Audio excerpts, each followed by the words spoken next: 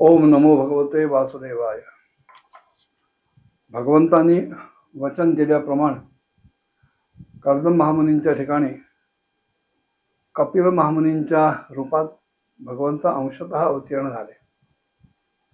भगवंत अनंत आहेत आणि भगवंताचाच अवतार अंशतः का होईना कपिल महामुनी आहेत. मग कपिल महामुनींच्या देहापुरतेच भगवंत मर्यादित आहेत का? तर नाही. ते फक्त भगवंताचा द्योतक म्हणून तो अवतार धारण केलेला आहे आणि आपल्याकडे भगवंत अवतरित झालेले आहेत हे जाणून कपिल महामुनींना कर्दम महामुनींनी नमस्कार केला आणि म्हणाले, परिव्रजत पदवीम आस्थितोहम, की मी आता माझं गृहस्थाश्रमाचं सगळं कर्तव्य पार पडलेलं आहे. माझ्या पत्नीला तिच्या 9 मुलींचा विवाह करून झाल्यानंतर इथे माझ्या पश्चात काहीतरी आधार असावा आणि भगवंतांनी मला वचन दिलं होतं म्हणून इथे आपलं आगमन झालंय. आता मी यापुढे परिव्राजकाची जी पदवी आहे म्हणजे त्याचा जो धर्म आहे तो धर्म आचरतच नाही. आता सगळीकडे हिंडत राहीन आणि चरिष्ये त्वाम हृदय युंजन विशोकः, की कुठल्याही प्रकारचा शोक मनात न ठेवता, हर्ष, शोक, विषाद, ईर्ष्या, द्वेष, असूया या कुठल्याही गोष्टी मनात न ठेवता मी जेवढा आता काही माझं पुढचं आयुष्य आहे त्या संपूर्ण आयुष्यात अखंड हिंडत राहीन, विचरण करत राहीन आणि त्यावेळेला भगवंता आपलंच ध्यान माझ्या चित्तामध्ये असेल. भगवंताचं अखंड ध्यान करणं, सतत अनुसंधान ठेवणं ही खरी भक्ती आहे. मारुतीरायांनी सुद्धा प्रभू रामचंद्रांना एका ठिकाणी म्हटलं होतं, यावत तव कथा लोके विचरिष्यति पावनी तावत सास्याम मेदिन्याम तवाज्ञाम अनुपालन. भगवंता प्रभू रामचंद्रा आपली आज्ञा पालन करीतच मी ह्या पृथ्वीवर विचरण करीन. कुठपर्यंत? जोपर्यंत आपली ही पवित्र कथा या पृथ्वीवर लोक सांगतायत, ऐकतायत,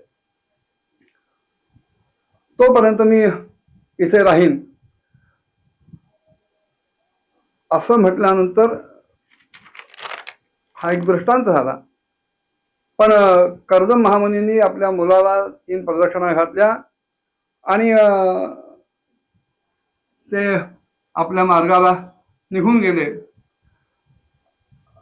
पुढे कपिल महामुनी त्या आश्रमातच राहायला लागले, बिंदू सरोवराच्या बाजूला असलेल्या आश्रमात. आणि त्यांची नित्याची कर्म चालू होती.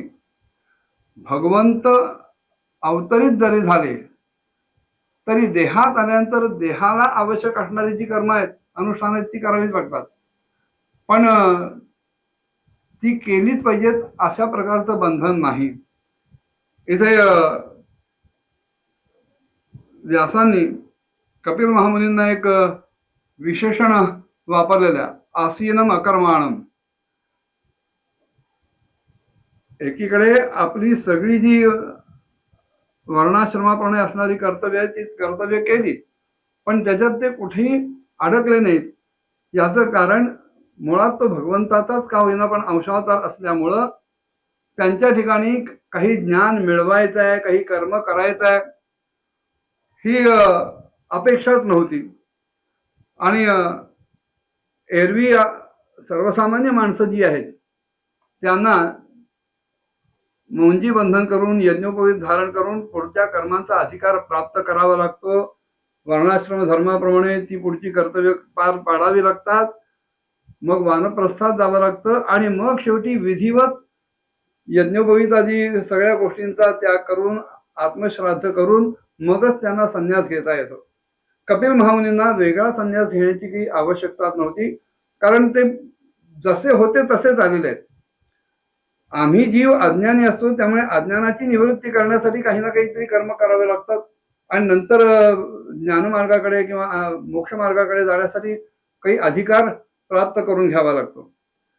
कपिल महामुनी असेच आपल्या सगळ्या कर्मातून विरत होऊन एकदा बसलेले असताना देवहूती माता त्यांच्या समोर आल्या आणि त्यांनी त्यांची स्तुती केली की आतापर्यंत माझं सगळं आयुष्य इंद्रिय, त्यांचे विषय, त्यांचा भोग ह्या अज्ञानाच्या अंधारातच सगळं माझं आयुष्य गेलं. आपण आता इथे आलात आणि सूर्य उगवल्यानंतर जसा लख प्रकाश पडावा तसं आपल्या या सान्निध्यात मला वाटायला लागलाय. आपण संपूर्ण जीवांचे स्वामी आहात, आदि पुरुष आहात.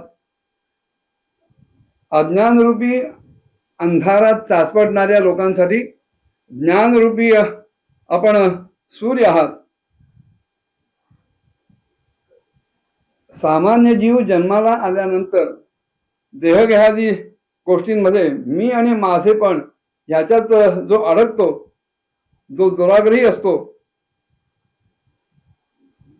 ते सुद्धा खरं बघितलं तर आपणच केलेलं आहे, भगवंतानीच केलेलं आहे. तेव्हा आपण हा जो माझ्या ठिकाणचा महामोह आहे तो आपण दूर करावा. आणि सामान्य भक्त जे या संसार रूपी वृक्षावर अधीन आहेत, वृक्षावर आश्रित आहेत, त्यांच्यासाठी आपण एखाद्या कोऱ्हाडीसारख्या आपण त्या संसार वृक्षाचा मुळावरच घाव घालून तो भक्तांचा संसार वृक्ष नाहीसा करावा. आपल्याकडे प्रकृती आणि पुरुषाच्या विषयातलं ज्ञान प्राप्त करण्याच्या इच्छेनंच मी आपल्याला शरण आलेली आहे. आणि मला माहिती आहे भागवत धर्म जाणणाऱ्यांमध्ये सर्वात श्रेष्ठ आपणच आहात. तेव्हा मी आपल्याला नमस्कार करते. असं म्हणून देवहूती माझा शांत झाल्या, शांत बसल्या. पुढे काय घडलं पुढच्या भागात बघूया. ओम नमो भगवते वासुदेवाय.